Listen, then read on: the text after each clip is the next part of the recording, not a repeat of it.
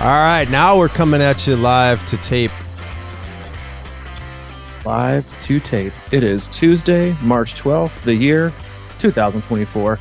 Welcome aboard, everybody. You listen to the Crushing Iron podcast, and this is episode 755. Yep, 755, and I bet a lot of people didn't know we record this on reel to reel. Well, yeah, I bet you most of them actually know that. And for those of us that have no idea what reel to reel means, what's that even mean? You know those big circular tapes? Oh, yeah, like the movie projector things you'd like hear back in the day. A little bit, yeah, but they're just audio. That's how they used to record everything. But we're a little more digital these days because we're progressive. We are progressive. We're not old school at all. At least I am. Not all. We are definitely not that people. We are way advanced. We are up with the tech. We are up with the with all the things that the kids say these days. But yes, that is it. Pumped to be here. It's a beautiful day here in Overland Park, Kansas. It's 10:30, but it sure as hell feels like 9:30. Not sure why we're still doing this daylight savings time thing, but dude, I can't even. It's brutal. We had a hockey tournament this last weekend. We were in Lincoln, Nebraska, and I'm like, what a weekend for it to be, because we had to wake up at Sunday at 7, but it's really 6. Played 3 games the day before. I'm like, who timed this tournament on this weekend? Well, you can't. I'm like, who even knows when it is? It's like you just get the notice the night before. You forget about it, and you have no idea what's going on. Well, we'll do. I want to give a little bit of a shout out to the town of this little tiny college town of Lincoln, Nebraska. Pretty cool town. We were there for the hockey tournament, and it was also invaded for the state basketball championships were there, and it was a zoo. All right. Oh my God, I felt like March Madness. I mean, you're right downtown. You got the basketball arena, you got hockey. I mean, we couldn't find. I mean, it would have driven you, a guy like you and a guy like me. It would have driven me nuts. First to walk into, I mean, standing room only. What's the wait? 50 minutes. No.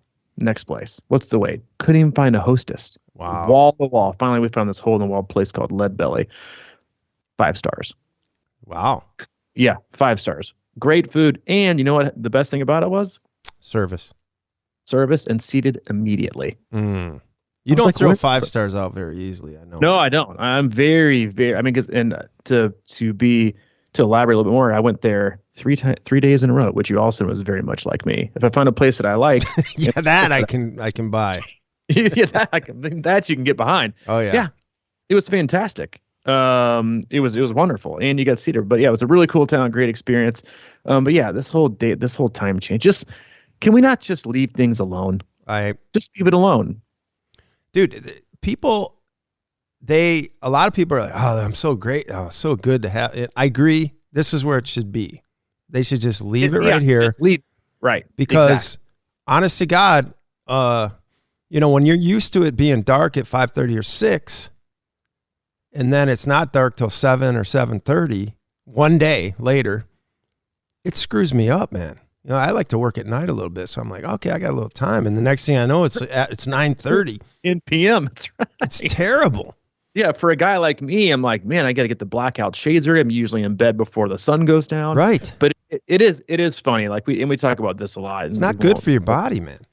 It's not. It just stay this way, because I'll tell you right now, people are significantly happier right now. Outside of like the fact that they lost a little bit of sleep.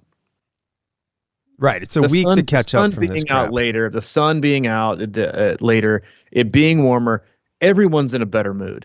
Everyone's getting shit done, because you're like, man, I got friends. I'm out there. I mean, usually it is funny how like the sun, like in like the time of day when you look outside, plays tricks. You see the sun going down, and you immediately think, time to shut it off. I'm done for the day. Mm-hmm. Time to check it in. Like, and I don't understand how people, like, for me, if I don't get it done early in the morning or before 3 or 4, it's a 99% chance to not get done. Now, they have a lot of athletes who they don't get on the bike sometimes till like 8 or 9 o'clock, like in the PM. Like, I'll see their work. I'm like, mad props, because I got none of that in me. I got 0. None of that is inside of me. I don't do that. I can't do it. Won't do it. But when you see like the fact that it's like light outside, man, I could be outside. Like last night, we're on spring break this week, taking the week off. My mom gets in today. And, normally if like Hayden's like, hey, can we go outside? And he wants to, play hockey or do a shooting competition or throw baseball. And I'm like, nah, it gets getting dark, like you can't do that, or let's go ahead and do inside. It's like 4:40, in the winter. And last night it was like 6:45. We're out there, playing around that. And it's just so much better. Just leave it. Leave it alone. Don't touch it. And why we let politicians vote on this shit is beyond me. Oh, I know. Like who thinks they can just control Mother Nature? Thank you. I mean, I don't know. It was like, you got the extra hour now, so people are probably like, man, you'll just run for an extra hour. And then it's like, you know what I mean? I just think I get it. Psychologically, it's just a mind fuck.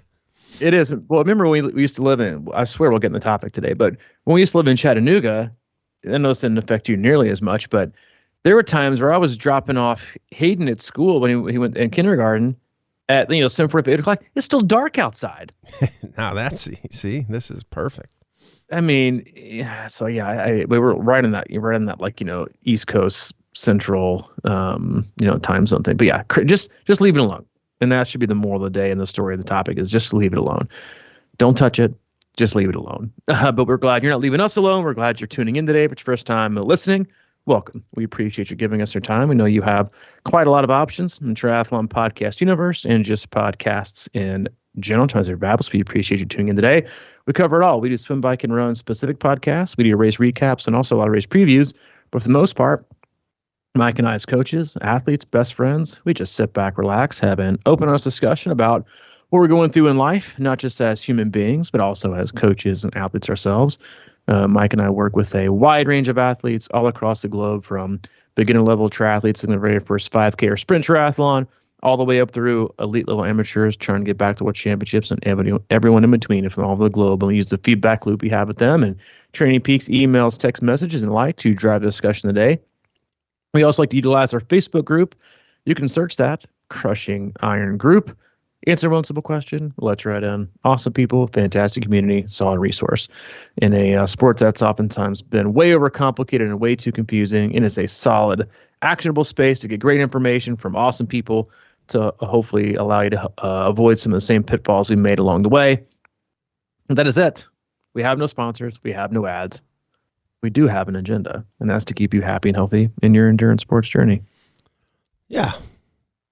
I think we do a pretty good job with that. Yeah, at least we're open about our agenda. Yeah, that's true. Everybody about their agenda. Yeah, so I guess we're going to get into the topic here. I'd love to. So we kind of posted this in our closed active athlete groups for all the athletes that we coach, and it's actually, I don't think we've actually covered this. We got a lot of great ones in there. We'll kind of farm these out over the next few weeks and months, but the question is aha moments, something that took you years to realize or figure out on your own about yourself in training or racing. What moment sticks out? This person had one of their own recently, but I'd love to hear ours. This is a fantastic topic, and I know, having done this sport for as long as I have, and I know you have, I know you've got plenty of aha moments, and I've got probably, I think the ones that I'll probably give out today, a lot of it will be probably my personal, understanding of myself, my own training, but also some with coaching aha moments. And I know for me, one of the biggest aha moments for me is, and I think I've talked about before, is how important for myself specifically, again, this is talking about just as individual athletes. And if I talk about from like a coach aha moment, I'll obviously preface it with that. But for me, is just how the level of my motivation, the level of my attention to detail, the level of my commitment and feel and energy in a training cycle is 100% totally driven by my dedication to swimming. If I am swimming a ton, then I know I'm in the best possible place I can be in my training. If I am not wanting to go swim, if I am avoiding swimming, if I'm making excuses because it's something I can just plop in the water and go do, and I'm not all the way bought in. And I not only have I seen that as an overall like result in a training cycle, but I've also seen it show up and bite me in the ass on race day.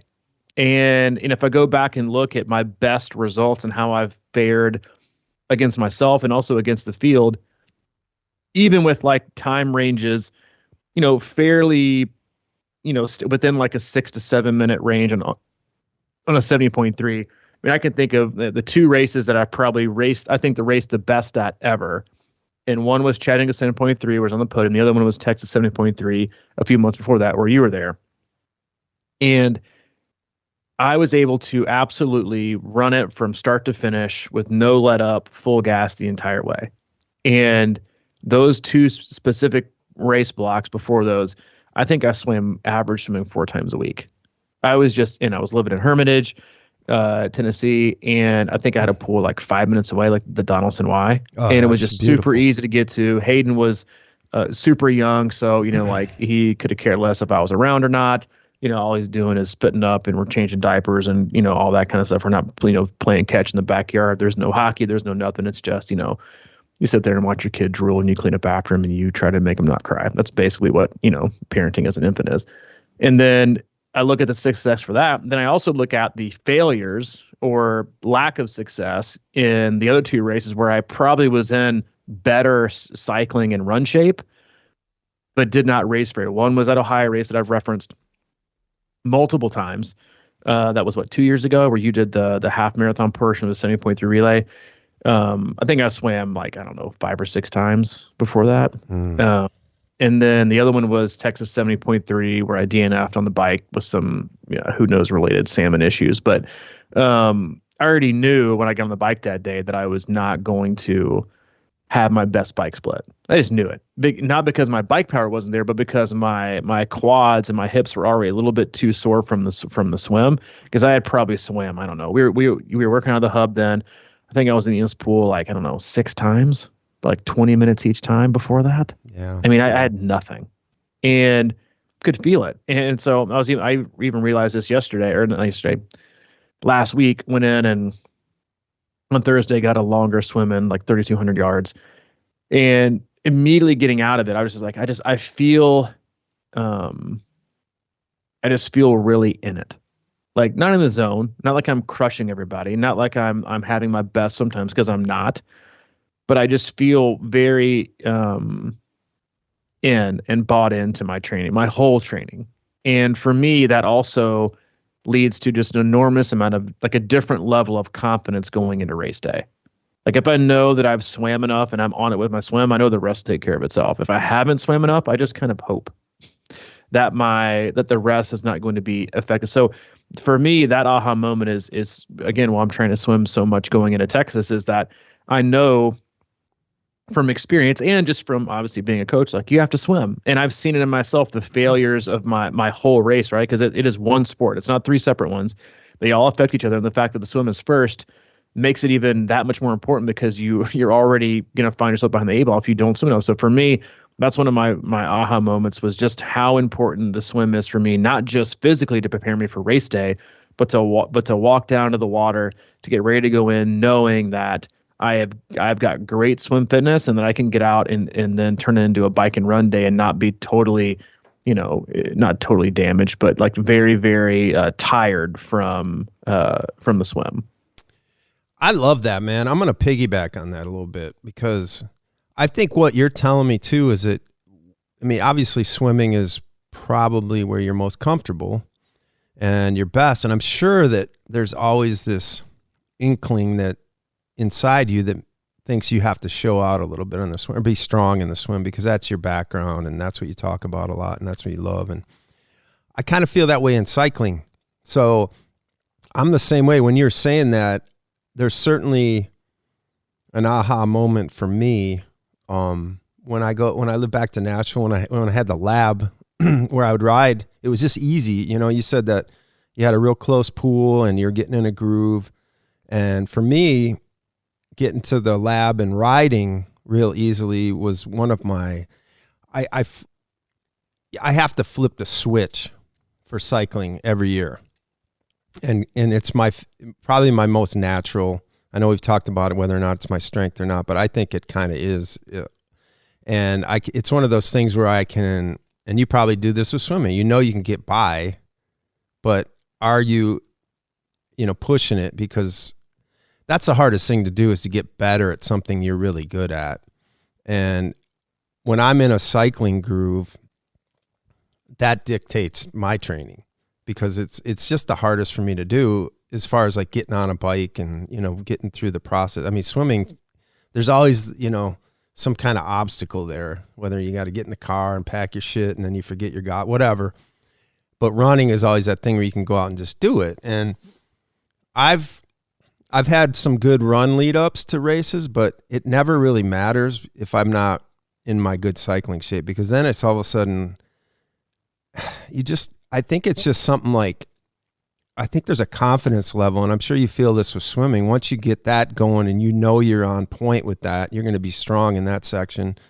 And I know that when I'm cycling, that's going to be the same case, and that just sort of carries over into the other. I'm always kind of a little bit concerned about the swim, so I try to make sure that is always up to speed. And if I can get out of the water feeling good, that's great. But I can tell, like, the last few years, getting off the bike, I just wasn't there. And it didn't matter how much I ran. I mean, I could go back to an aha moment of sorts. My first Ironman, when I got off the bike, I felt pretty good. And my aha moment was that I can do anything if my mind is in the right place. Because I struggled through that run. I didn't really pick up pace or anything, but I just held it, and it was super, super painful. But I was in way better biking shape than I probably have been. I don't want to say since, but I mean, we rode a lot on effective terrain, and I did do a lot of biking. But for me, it's like you can do more than you think if you're prepared. I don't know. The whole thing with running sometimes just, I love to run, and I think everyone else likes the transition into running because it's so easy, and you want to make sure you can run good. But again, man, if you can't get your swim and your bike dialed in to get to that run, I mean, that's just, I don't want to say it's an aha moment, but it kind of always just keeps like, chinking at my armor. Is like, you gotta really buy into this, because at the end, running, man, it's like, I don't care how much you run, it's just going to be hard if your bike just screws your legs. Yeah. I mean, I think everybody has, like, of all the three sports, everyone has the one they feel like they can cheat on. Right. And no matter when you've got into the sport, no matter how long you've been doing it, no matter what your background is, everybody has that one that they either think or believe they can skip on, or they just tend to because it's their least favorite. Right. But as a sport, right, it's three individual sports combined, and one is they all have huge effect on each other. And I think that's just so crucial for people to realize and understand, is that, when you have that discipline that you either lack in confidence, right, or you don't want to do, or you think you just have it, right, you just got it.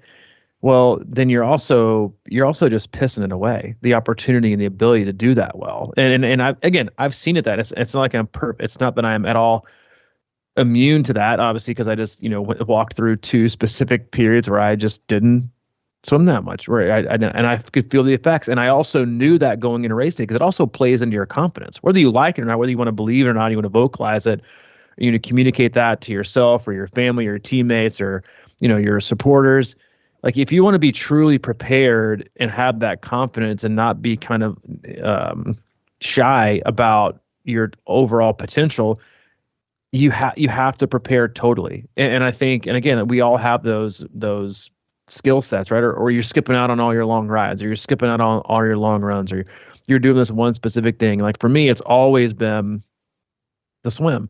If my swim is, even though it's my strongest, even though I can plop in the pool and probably do a 3K and average under 130 just out of the box, just because I swim, not because I'm this, great swimmer, because I swam here and growing up, and once you got it, you just kind of always have it.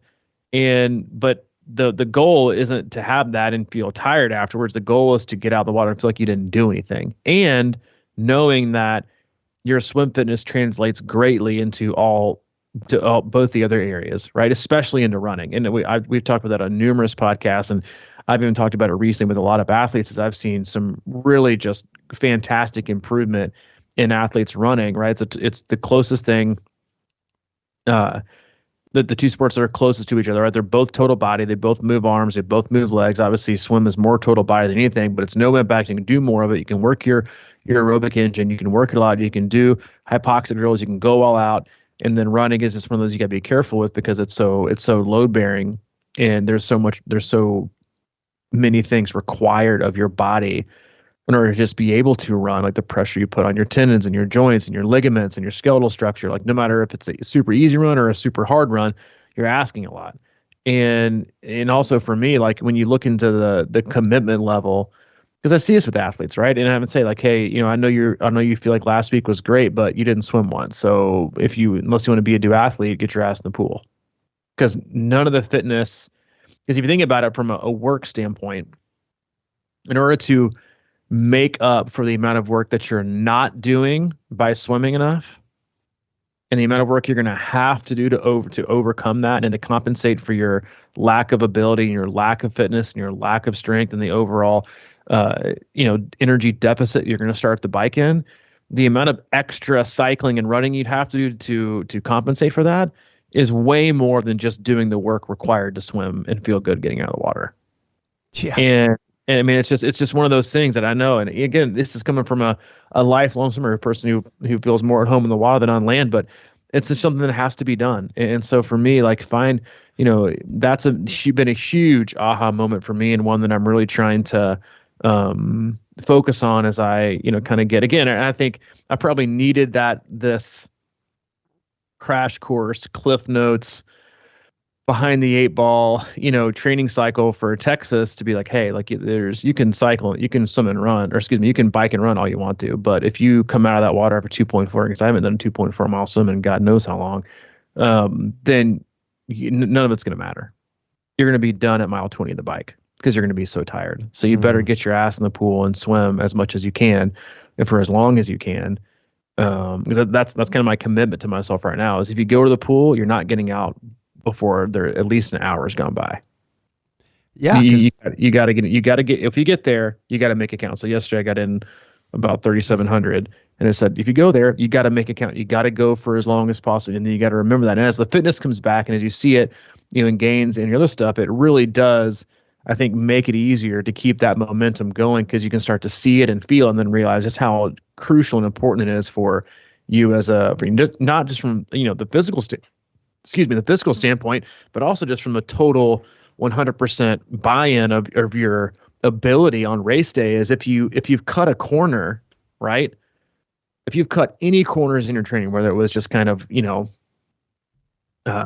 eyeballing your nutrition or throwing together a mishmash training plan or skipping out on your long runs or not riding an arrow enough when you need to be riding arrow enough, or skipping out on your long rides, or or skipping out on swims. Like going in race day, even though you might want to talk yourself up, in total denial, deep down you're like, fuck, I didn't do enough. And that might part of your plan. That'll be part of what what you have to deal with your life, but. At the same time, if you've got the time, make the time, because if not, then you're going to lose time on race day. Yeah. And I just, for 99% of triathletes, taking the swim out of the equation in the energy perspective is probably should be a really high goal, because think about how hard, I don't know about you, but the times I am most wiped are when I get out of the pool. Like that all body, like, man, I need a nap, I need to eat, kind of thing.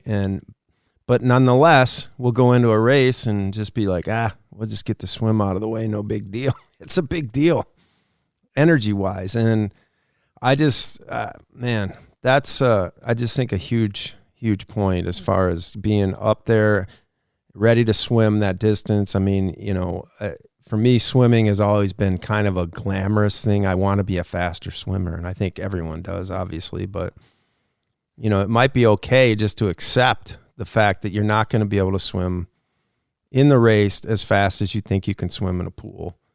And just accept it, but be strong enough to get out of there and not be completely wiped when you get on the bike. And then just, like you said, I mean, I see that year after year. It's just...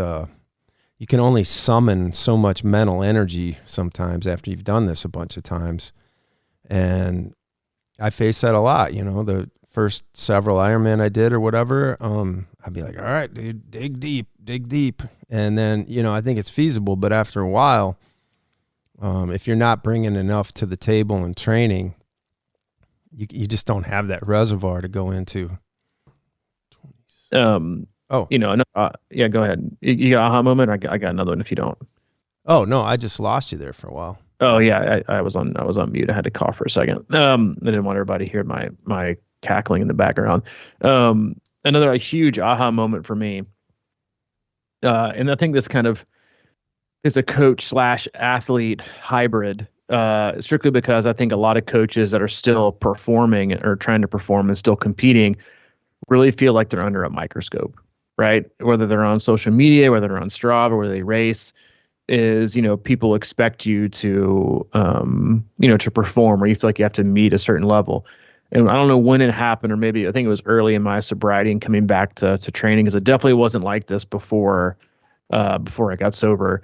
But was to just frankly 100% not give a fuck about anything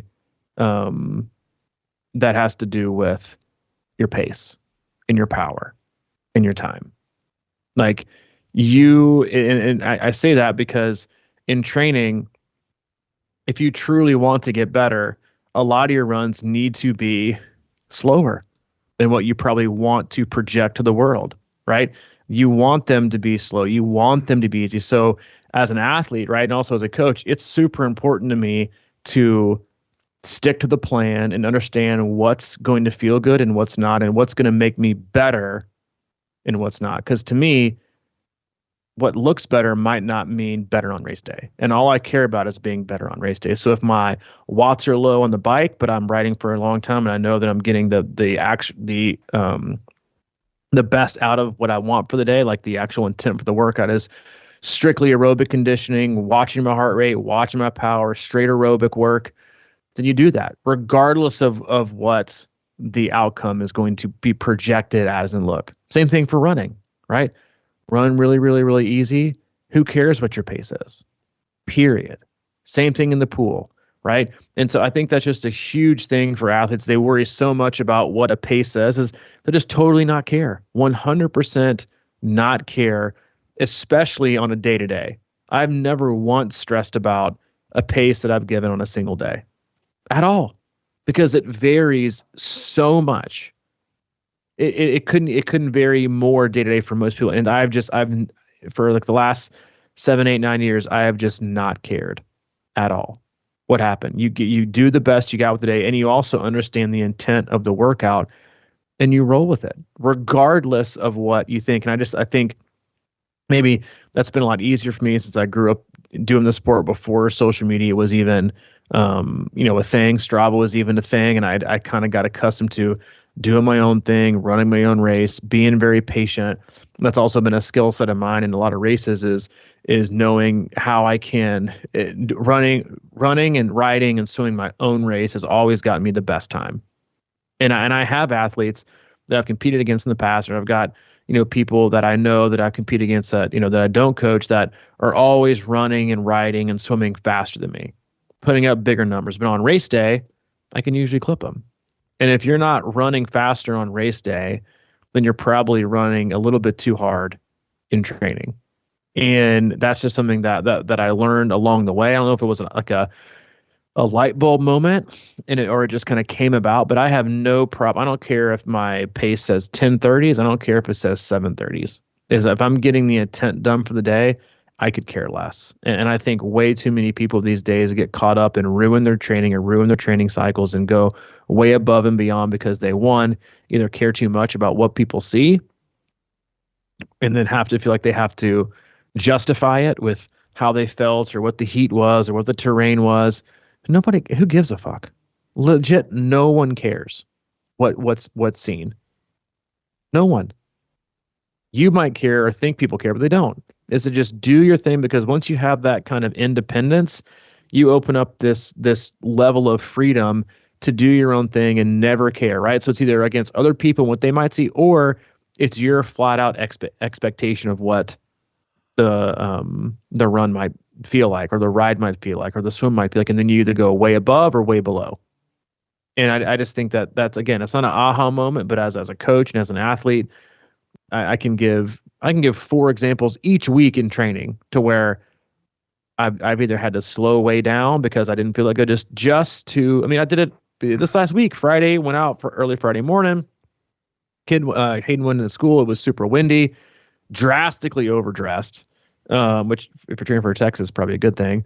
Took my rolling route that I take and had to really, really like slow down the last, I don't know, 10 minutes to keep my heart rate under the goal that I had for the day, which is to keep it strictly aerobic. So for me, that was under 150, and just watch my average pace slowly get slower, which no one really wants to see. And most people are so concerned with their overall pace is going to be when they're done. So a lot of times you'll speed up, or you don't want to see it drop. Same thing, with like miles per hour. People don't want to see their miles per hour drop. And so I could just slowly see it, getting slower and slower and slower and slower, and just had to, but in my brain, I'm like, you just accept it for what it is. And that's part of the plan. And that's part of the day. It doesn't matter how slow it is. It doesn't matter, if it's not a good split or whatever you might think. You just do it and you're smart with it. And then on the contrary, I woke up on whatever day it was, Saturday morning in Nebraska, and went out for a run, and I think I was like 40 seconds per mile faster with a lower heart rate and ran longer. You just don't know. You just take it for what it's worth. And I don't take it as the best day where I've got my best fitness, but you just take it for that. And I think, again, not necessarily as an aha moment, but just a learned thing over time is to care a lot less about expectations or what other people see or think, or trying to keep up with the Joneses, and run your own race. And I do this all at running. You're outstanding at it too. Like at run camp, right? Is to run your own race and do your own thing and pace things how you want to pace it. And I think that level of restraint and patience goes such a long way. And again, not just in training, right? In the ability to do it, but also in racing. Thank you. It's a good time maybe to say that I had an aha moment recently, and it was to remind me of back in the day. So the 10-17 plan is back.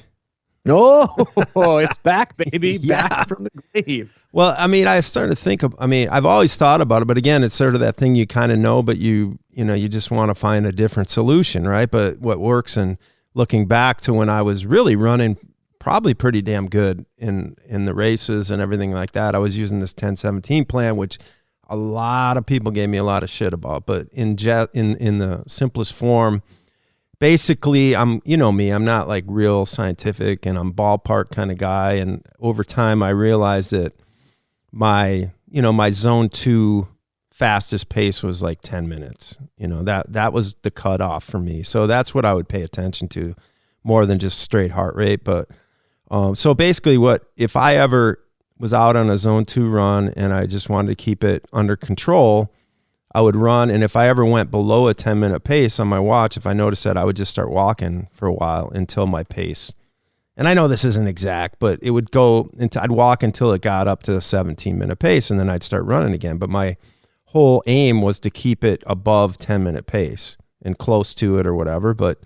And that's, my aerobic threshold, at least in my head. So I brought that back recently, and I had to, swallow some pride, because I think it might now be 11-17.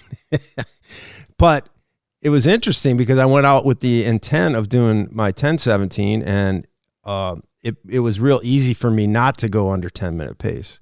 And I found that interesting. So now I have to kind of think about this and realize that maybe I need to look at it maybe from a little bit slower perspective. But the point is, those are the things that I totally agree with, man. It's like I kind of get a kick out of it, actually posting terrible, quote unquote, on the surface, terrible looking workouts and things like that. I never post, but I used to like to do that because, it's like I don't have anything to prove, and I don't know. I just think that's a weird thing. I always thought it is kind of weird to look how much I kicked ass today or whatever, but I always like to be a little more under the radar with things. And plus, I think it takes pressure off you if you're always posting these. And we do it all. I mean, we kind of have joked about it a little bit with people posting all these massive, epic workouts all the time, and then they get to the race and then they crumble.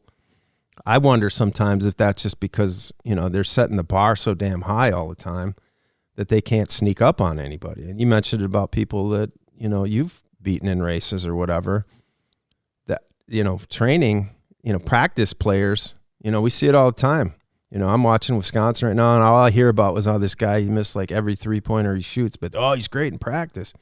I'm like, okay, that's not doing me any good right now. It's like, you keep the bar low. We had a podcast called Aim Low, and I think that's a really good strategy to take into your training, is just to own who you are on that day. That's that simple. I love the patience message. I mean, it's one of those things that I think is the hardest to instill in athletes, and to me is like, and maybe this is old school, or maybe it's just the way that I'm wired, is that it's the hardest point to get across to athletes. Is to try to stop caring so much about each individual workout and worry about the body of work. Mm-hmm. Period. Worry about the body of work and your body of work, not someone else's. Because I mean, for every 10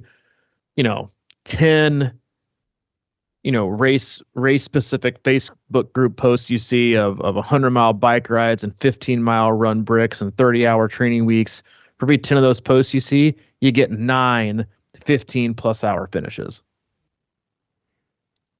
And if that's your deal, and that's fine. But that's not the way to be the best. It's not the way to get the best out of yourself. But when people see that, they get so distracted. It's something that coaches deal with every day, every week of the year, is distraction. And not just sticking to your own thing, do it for as long as you possibly can. And I mean, again, varieties for the week, right? You do it. You shuffle if you need to shuffle. You run fast if it's time to run fast. You do the work, and you do the way it's intended. And to keep that focus, I think it's one of the biggest areas of improvement for most athletes, is to not get distracted and stay the course. And to be okay with boring, and be okay with their own journey, and to shut the noise out. Get off Strava, get off Facebook, get off whatever it is, that you think is distracting you or making you feel like you're, not good enough or not fast enough or behind enough in training. Worry about your own stuff. And I mean, I can tell you right now, if I hopped onto an Ironman Texas Facebook page right now, I would feel 20 times more behind than I already am. Mm. I'm doing 100-mile rides. Not me. My longest has been 3.5. I've already done a couple 20-milers. I did that at Run Camp, but still a little bit different, And so all you can do is worry about your journey, your pacing strategy, your patience, because ultimately when it comes to race day, if you don't race with that, and you're racing with someone else's expectations or what you see someone else might do, game over. And that honestly brings me to another aha moment for me is so many races go to die by keeping your average miles per hour up on your bike computer. I haven't had that on mine, I don't know how long, 5-6 years, because it's irrelevant. It is 100% irrelevant. Tailwind, headwind, crosswind, feeling like crap, feeling great, right? Downhill, uphill, good roads, bad roads, drafting, not drafting, tons of turns, no turns, right? There's so much to be taken into miles per hour that I would probably venture to say the only time you should ever look at is after mile 80. Because after that point, it just is what it is. But so many people have like a miles per hour goal for their ride, and they keep that on their main screen and try to hold that steady the whole time, when they could be riding into a headwind for the first 40 miles. They're going to be roasted. They won't even be able to take the advantage the tailwind's going to give them, right? Or they might just be feeling terrible. And then the last, 10 or 20 miles, even if you have it up there, you might just see it slowly drop and drop and drop and drop. And there's nothing you can do about it. I mean, I think a lot of people do that at Wisconsin. They get, the last, 5 miles around that back greenway and the no passing zone. And so to have it up there, because I've had athletes communicate that before, is like you just watch yourself miles per, and it does not send any positive messages to your head, to your confidence, to your mind. None of it. Take it off your screen. It's irrelevant. Your output will get you the output for the day, and have a game plan for it, whether it's heart rate, whether it's power. Stick with that, and it'll be what it will be at the end of the day. It is an outcome. It is not a process. It is an outcome. It is what you get after you put in the effort that you're supposed to put in for that day. And because if I go back to all the best rides I've ever done, they've all been training or racing. They've all been without miles per hour on the stream. If I go back and look at some of the biggest bonks I've ever had on rides, miles per hour on the screen, average miles per hour, because you immediately attach yourself to a goal. Man, I mean, there's been at least 2 or 3 times I've gone to the lab and just imploded after, I don't know, an hour. You get out there, the lab, back in Nashville, and you're cruising along, and you got favorable wind conditions. There's no wind, right? You get there, there's no wind. It's a 1.2 mile loop at an old airfield, no shade, no nothing. Can be super windy, but I remember I went out there a few times, no wind to start, super early, and I'm out there cruising around at like 22 and change. And I don't even look at the watts I'm putting out to keep it. I'm just like, oh, dude, what if I could average 22 miles an hour for whatever, 2.5, 3 hours for this workout? And then the wind picks up. And then the sun comes out. And the amount of effort it takes to hold 22 at the beginning and is now taking another 15 watts to maintain. And that's significant. And so instead of being able to ride for 3 hours at maybe 21 miles an hour and change and an aerobic rate that feels comfortable, I burn all my biscuits and ride zone 3 for 2 hours and have to be done because I'm smoked. It's another, it goes down to patience and planning and doing your own thing. And I think that's a huge area for athletes to just avoid, right? And even me, I'm having to tell myself this now. You can remind me of this in Texas. All right. I know what my average miles per hour is that got me my best bike split to date. I know it. So, my first temptation is, right, well, all you gotta do is average that and you'll be, or beat that and you'll be a little bit ahead of what you did, at your best Ironman. And every ounce of my being is like, don't do that. Leave it alone. Don't do that. Don't do that. Don't do that. Right. You got to practice the patience game because, what if you're feeling terrible, right? Then you're going to be pressing it, or it's going to just really destroy your overall morale for the day. Right. Yeah. And so or you could, because a lot of times on the bike, you don't even know that you're getting a tailwind unless it's a huge tailwind. You have no idea if you're getting a tailwind or not. And all of a sudden you just kind of go back. Even in running sometimes, I can head out of my house, take a left, and I can kind of tell my heart rate's low, speed's pretty quick. I guarantee you I got a little bit of a tailwind.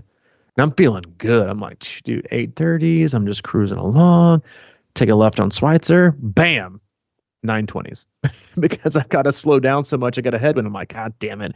And you slowly watch your average pace bleed. Same thing on the bike. But it's just, again, for race day, just take it off the screen. It's funny. I'm a victim of this. You are. There's no doubt about it, but I think I try to look at it more realistically, though. It's sort of like I've used it successfully in a way where I've kind of been like, okay, my ballpark is here. I just want to keep in that ballpark average wise. I'm not looking, when we go to the lab and stuff, and we'd have a great tailwind and an awesome headwind to work with. It was more, I think I used to do it out there because I would push myself. And it's like we talk about pushing yourself on intervals on the bike and things like that. I would use it to see, all right, going into the wind, how fast could I get going? And it was such a, it was a staged situation where it was almost like being on a trainer, where you could practice that shit. So I would just like be trying to stretch my limits and things like that. So I always have used it in that regard a little bit. But the bottom line comes back to our first point, right? If I have these ridiculous goals or these things that I've set up in my head just based because of something I've done years ago, if I'm not in anywhere near that bike shape, that's ridiculous to think that I could still do that.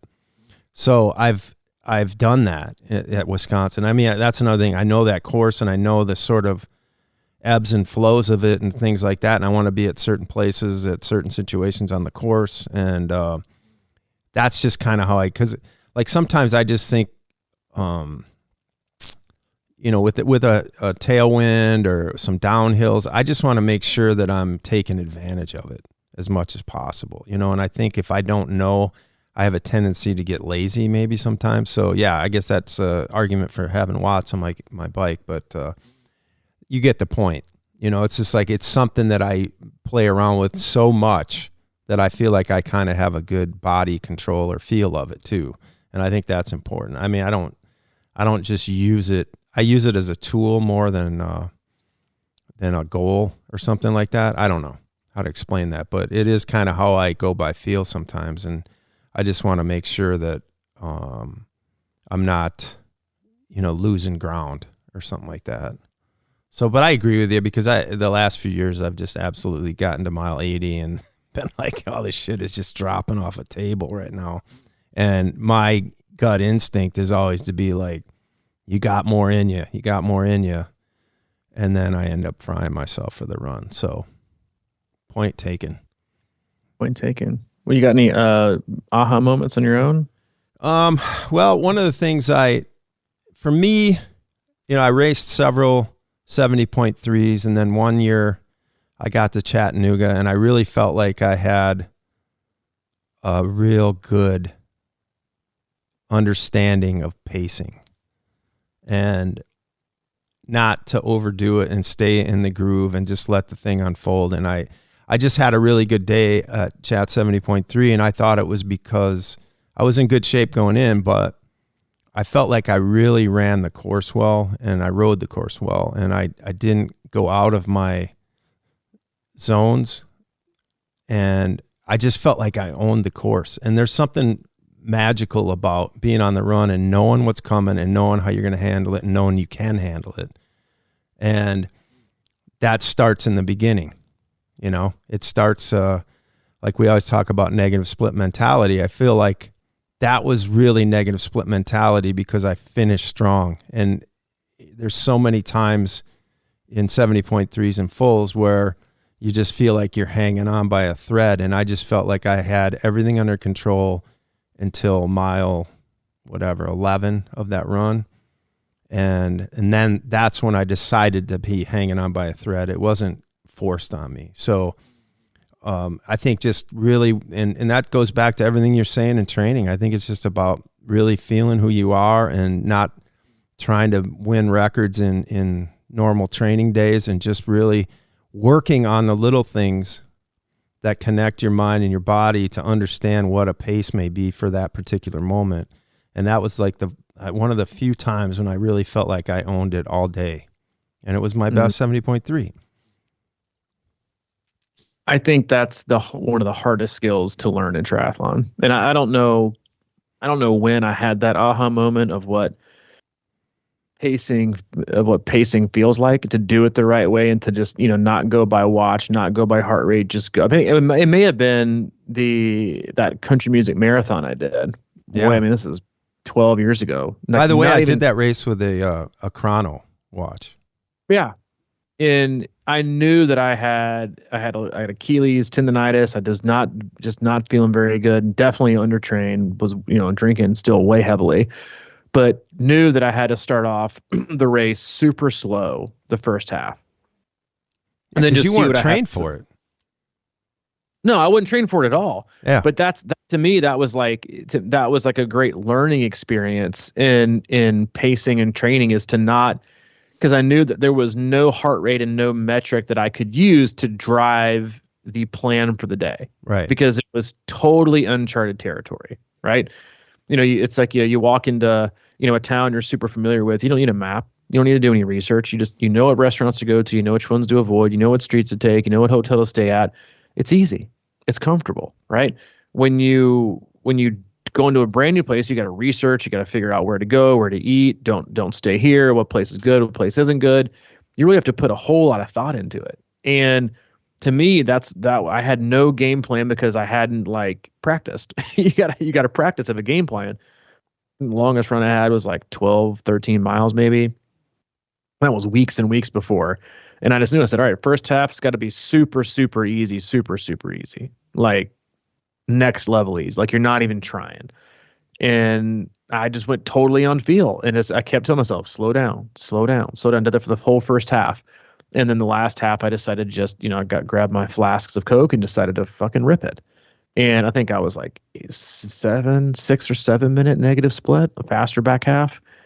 And probably one of the best paced races of my life. But then I know I took that into Gulf Coast 70.3 that I did, I think 4 weeks later, and set a new 70.3 PR for me. Back then it was like 436 or 437 and was top 10 overall, and didn't look at my watch, didn't even wear a watch on the run, just ran. And I just found like that after the first mile, I just found this is what I think I can hold for an hour and 30 minutes. And I think that's a really, really hard skill to learn. But once you do it, right, that's why I'm a huge fan of, encouraging athletes to run by feel and to run watch lists, is to know and look for the signs and feel like, how's my breathing? How's my body? Can I hold this? Why, if I don't think I can hold it, do I slow, how much do I slow down? Is this attainable? Or can I speed it up? Or to have these conversations in yourself or with yourself, I think in every race I've told myself, slow down, or like I have two phrases: slow down or not yet. Not yet. Mm-hmm. Not yet. And that not yet might come at mile, 6 of a half marathon. It might say not yet. And if I still feel like I can't make the finish line at this pace or by bumping up, I'll say not yet to get at mile 7 or not yet to get at mile 8. Hell, I might get to, I know in chat 70.3, one of my better races, I said not yet and walked my ass up that hill. Mm-hmm. And okay, was that Battery? Is that what it is? The Battery Hill coming before you hit Vietnam Veterans Bridge? Battery Lane. Yeah, because on my first loop, the Jonathan Minton was like, "Hey, you're in third place in your age group." I'm like, fuck. Thanks for telling me. Didn't want to know that. And so I thought to myself, because I knew I didn't have much left, and I knew if I ran that hill, then I'd be smoked. And I knew I had a decent downhill coming, and then all you had left was the the long side of the pedestrian bridge. And I told myself, not yet, not yet. Got to that bottom of that hill, and I ran a little bit, and then I said, not yet, and walked like at least for 45 seconds or a minute. And knew in my head that you could very well be losing like any podium spot you have right now by walking this hill. But I knew that if I ran it, then I would just be smoked for the last 2 miles. And so you have to have these conversations with yourself, like not yet, or slow down, or wait a little bit, or or now's the time. You got it. And then just go. And you can't let that be driven by your watch or a lot of times even your heart rate. If you're just to run, because a lot of times you're not going to like what it tells you. And I think I've said this twice. My best half marathon splits were both. I think I gave away one. I gave my heart rate monitor to Renee Black at Chattanooga, and the other, my best, I think 7.3 half marathon was at Augusta. It was a 1:30 and change, and I tossed my heart rate monitor in the trash at mile 2 because I didn't like what it said. It was like 1:78, which is like zone 4, zone 5. And you're like, damn, I got a half marathon early. I can't do that. But inside, I'm like, I feel really good right now. I don't like what this is telling me. I don't like the beeping. Go away. It just turned it off and ran my ass off. And I think, again, it's not a strict aha moment, but they're all cumulative, right? Like aha moments to me are cumulative. Like there's no such thing as an overnight success, right? It just happens to finally work out after years and years and years of practice. It comes together, right? Just like in the pool, you don't get an aha moment on day 3, or maybe even in month 3, but you might get it in year 3, and then it might click, and then click, and then click. But you never get an aha moment sitting your ass on the couch. And so again, it doesn't happen overnight, which I think what a lot of athletes expect when they hear these aha moments. To me, it's the same thing as being an overnight success. There's no such thing. In order to be an overnight success, you have to show up and be relevant. In order to show up and be relevant, you've had to have done this and put the work in and made sacrifices and been a relative unknown and struggled. And then all of a sudden you're famous in that world. It's then like just picked up, a basketball tomorrow. Like you're going to see in the March Madness tournament, superstars overnight, right? Somebody, drops 35 and upsets the number 2 team, and all of a sudden they're on the draft board for the NBA. It's not like they started playing, and they were all walk on this season. They've probably been playing basketball since they were 6, right? And it's the same thing with the NFL. That's why so many NFL starters you've legit never heard of in your life. And it's not because they just all of a sudden came, an overnight success, because they've been working their ass off forever. And that's the same thing with endurance sports. The same thing with training is that the more you do it, the better understanding of things that you will have and you will feel. And to me, it's something that has to be practiced. And to me, that's why I'll never race a different way again. Then I will never go by pace. I'll never go by heart rate in the mind. I'm just going to go by feel. What do I think I can hold? And trust yourself with it. It's a very, very powerful asset. And I think really for me, I get those, aha moments more when I get my ego out of the way and just listen to my gut. It's stuff that just percolates inside of all of us, I feel like.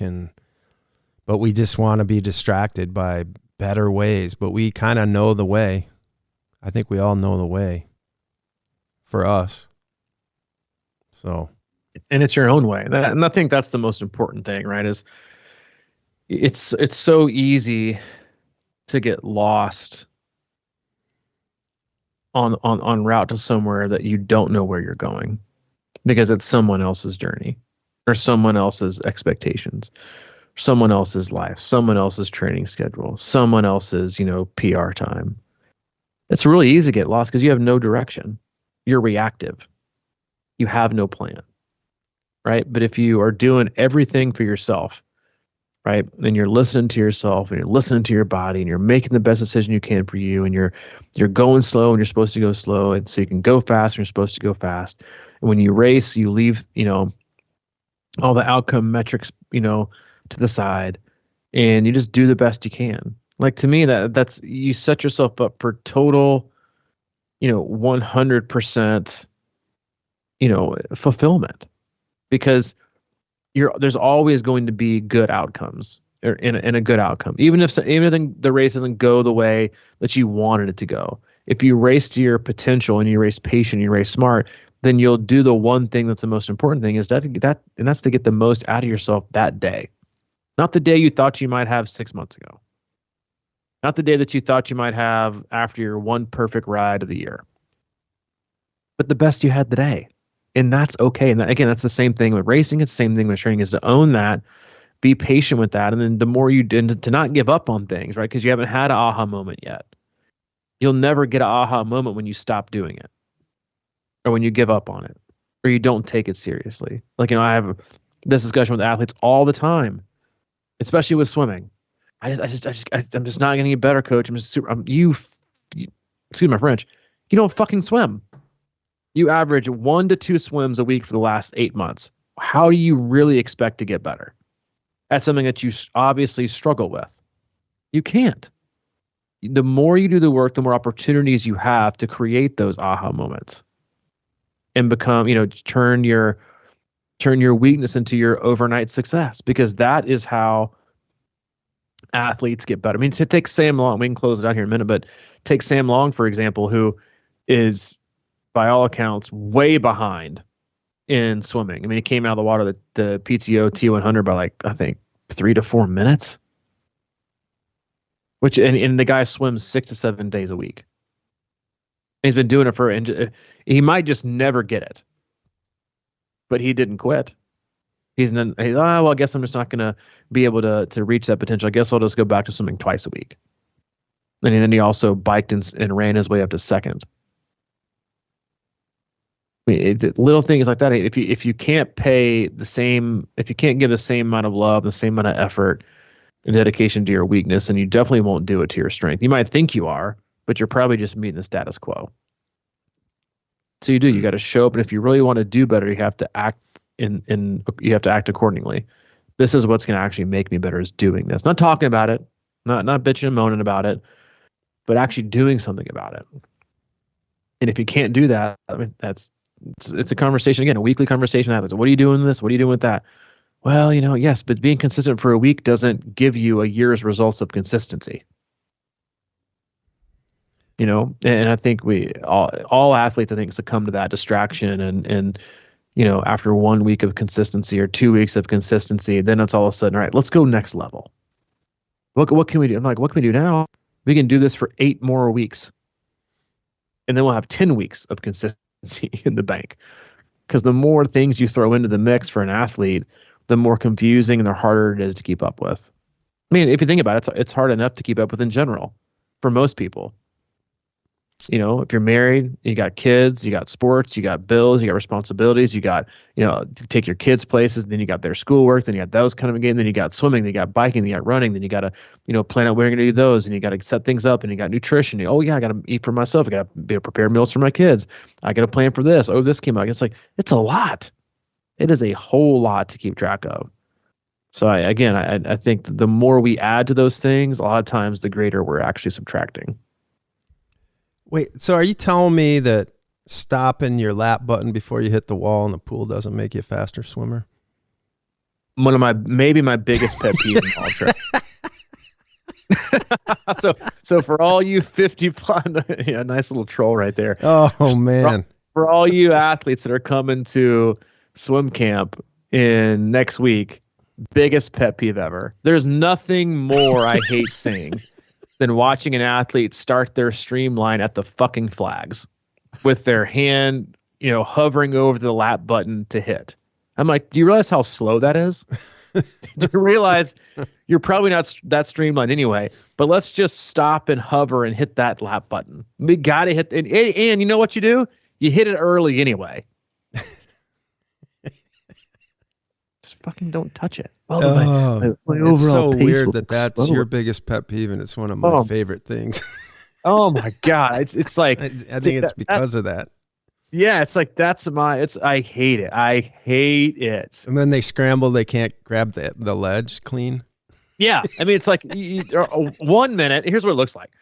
1 minute, they're swimming great, right? They're doing a great 100 for the first 130 seconds. And then they glide for 4 seconds with their hand hovering over the lap button. And then they look like you threw a golden retriever off one of those huge crab bows in Deadliest Catch, and they can't grab the wall. That's what 100 repeats look like for a triathlete. It's unbelievable. Like I'll never understand it. Never understand it. This is the streamline hover. Gotta wait. I'm like, you could have finished, grabbed your water by now, and hit the lap button by the time it takes you to streamline and glide and float from the flags to the wall, because you got to have your hand on the lap button. You know what you can also do? Use a wall clock. Don't even touch it. Yeah, but then my pace will look different on my watch. It'll upload to Strava different, and my data will be all messed up. Yeah. Do you think any single Olympian swimmer uses a Garmin? Zero. They don't even wear a fucking watch. They just use the clock on the wall. Period. Oh God, that's good stuff, man. Yeah, it's my version of the on your left on the green one when you're running. Yeah. Anywho, love you guys and love that lap button. As always, we love you. We appreciate you. Thanks for tuning in today. As always, go to our website, c26triathlon.com. It's our one-stop shop for all things coaching, camps, and community. If you need anything from Mike, he's available at mike@c26triathlon.com. If you need anything from me specifically, I'm available at robbie@c26triathlon.com. All right, man. Yeah, we'll check you later. See ya.